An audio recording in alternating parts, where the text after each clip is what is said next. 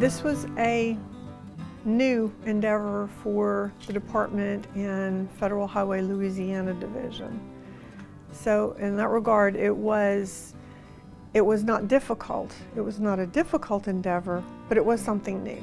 It was kind of exciting that there was somebody that had an interest in historic preservation, had the resources, capabilities to be able to come in and carry forward with a preservation effort. Normally on these things they just do demolition and remove the old bridge in pieces, ship them out.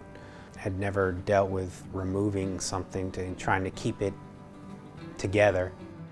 When we started and we started going to the meetings and all of that stuff, we didn't even know anything about the historical bridge preservation, because I think we wanted the bridge and we wanted to save it, and I think that's what we had on our minds, just to save that bridge.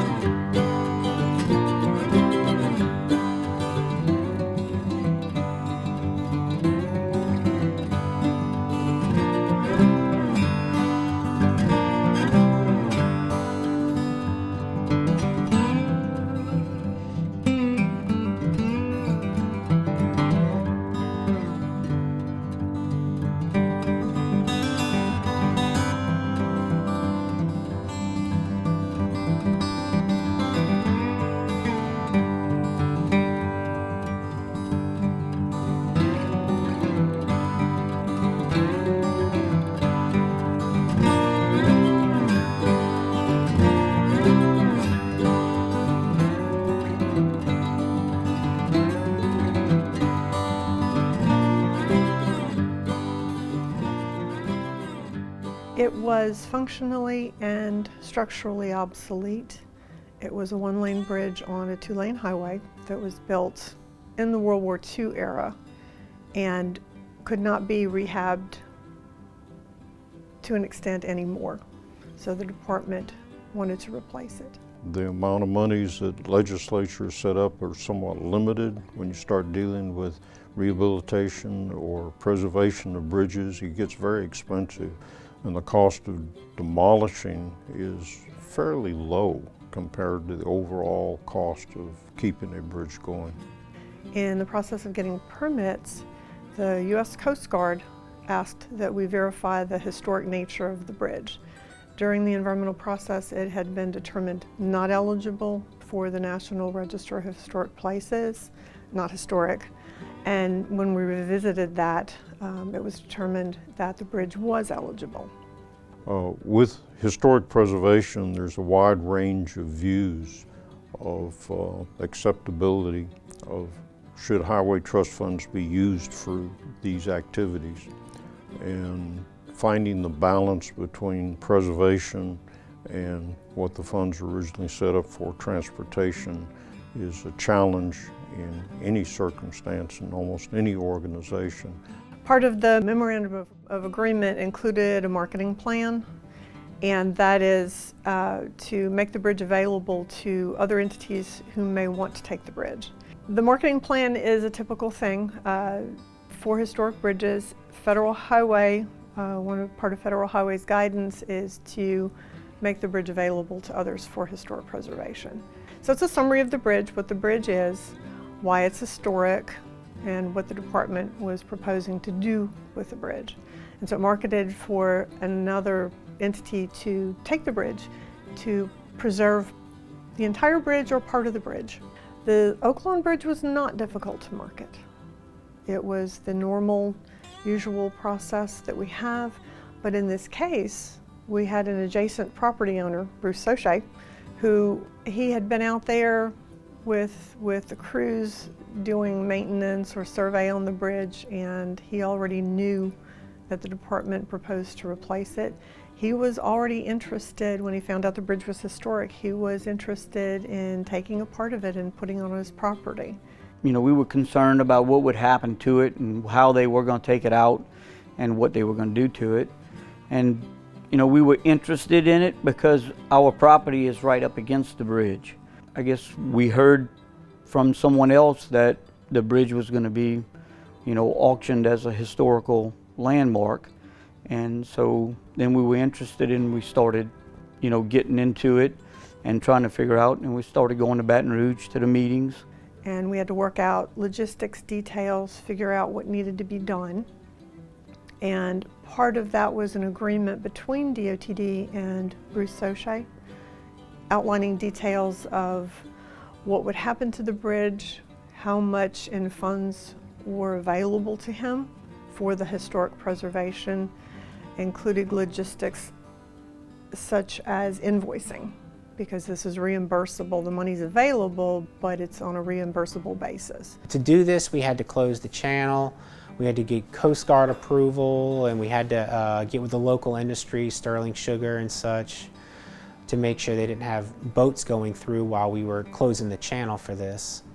So we had to make sure we could get it done fairly quickly. We'd set aside a 4-day channel closure to get it done, but we managed to actually get it done within a day and a half.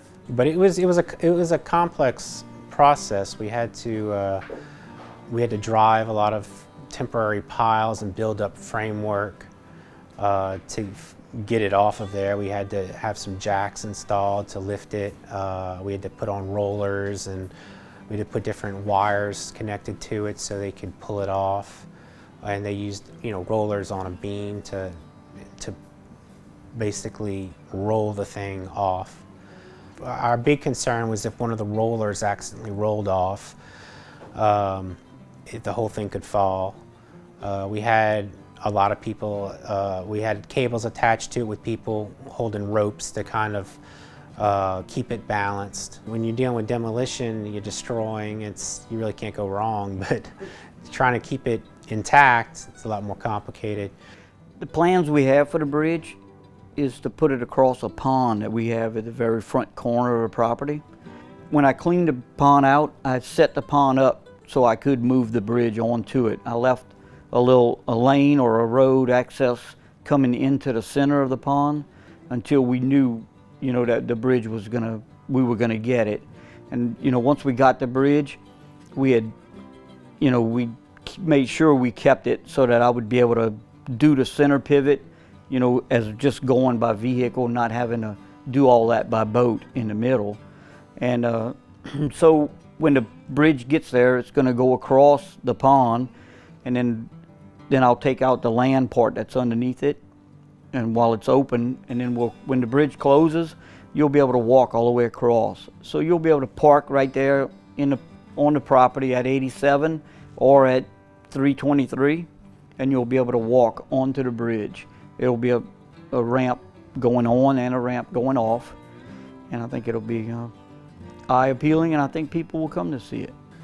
This is a first for DOTD and Federal Highway Administration Louisiana to have a part of a historic bridge moved for historic preservation. So this was very exciting and wonderful to be able to do it, to preserve a piece of history for a new, excited owner who wanted to make it available to the public. I just feel like, you know, taking ownership of the bridge was like, that's part of our community, part of our culture or our lives, everybody's lives. How many people in town have gone across that bridge and how many memories you know, were there. It helped so many people get across there, and it's the reason the community grew, and, you know, the sugar mill thrived right there because of that bridge.